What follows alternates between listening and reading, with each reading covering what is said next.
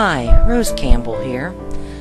With everything that's going on in the world, with the economic crises and proposals on how to fix it, I decided to go to the celestial realms and ask them about the economic situation. So the question that I posed to them was this: I would like some insight to the economy, if you would, please. And the answer that I received is this: there are many levels of change that are being installed that will in time be of greater value to your world than your fellow humans can see. In the collapse of things as they have been, there is an opening for the installation of the new. However, the new is not truly new, for it is the oldest of systems of exchange that can be seen within your world. The balance sheet of nature is not operated by one segment of existence taking and hoarding. It is run by the continual cycling of energy from one level to another.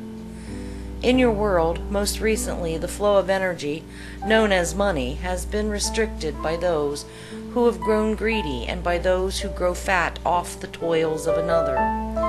We say that when the current held systems are taken down, there will be some discomfort for many, but it will be a short time only, for it is not intended that the many will suffer worse than they have already been given to suffer. The greater alliance of the rich to gain even more has been structured so that only the rich may truly invest and therefore gain. In the newer system, which we remind is the oldest system, the ones who hoard will not be fed, but those who share in a free flow of exchange will indeed be given all that they need, and it will as well offer solace to those who currently do not have. The world's imbalance of countries who have to those who do not have will be made equitable. The man who has will not be allowed to keep while another goes without. It is not a form of socialism, nor what your world terms communism, but rather a model that is taken anew again from the balance that can be found in the greatest of free markets, and that is of nature. If the birds do not share the seeds they have eaten with the land, then the trees and plants do not grow in other fields. If the bees do not share the pollen they have gathered, then the bulk of the world would go hungry.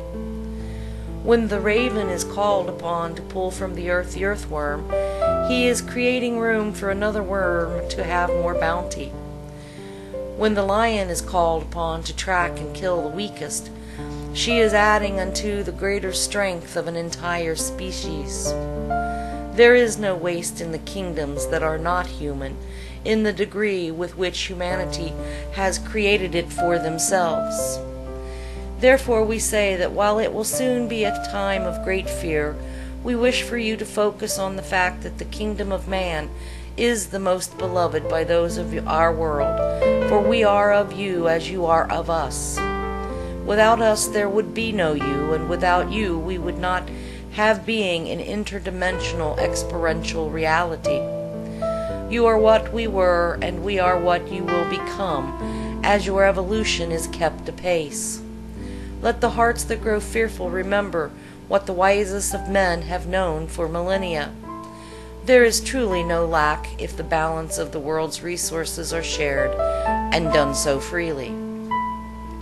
It is not intended that any should face lack, and yet we see the many who are given this existence by their brothers, for their brothers hoard the bounty. Time is to be had soon enough when it will not be possible, and thus all will have that which they need for greater life and health. As the structures fall which have been set up by the brothers who hoard, those who have not gained will be fed from the vaults as they are opened wide, and the hoarded amassed usury is dispensed by those who have been selected as overseers of the new system.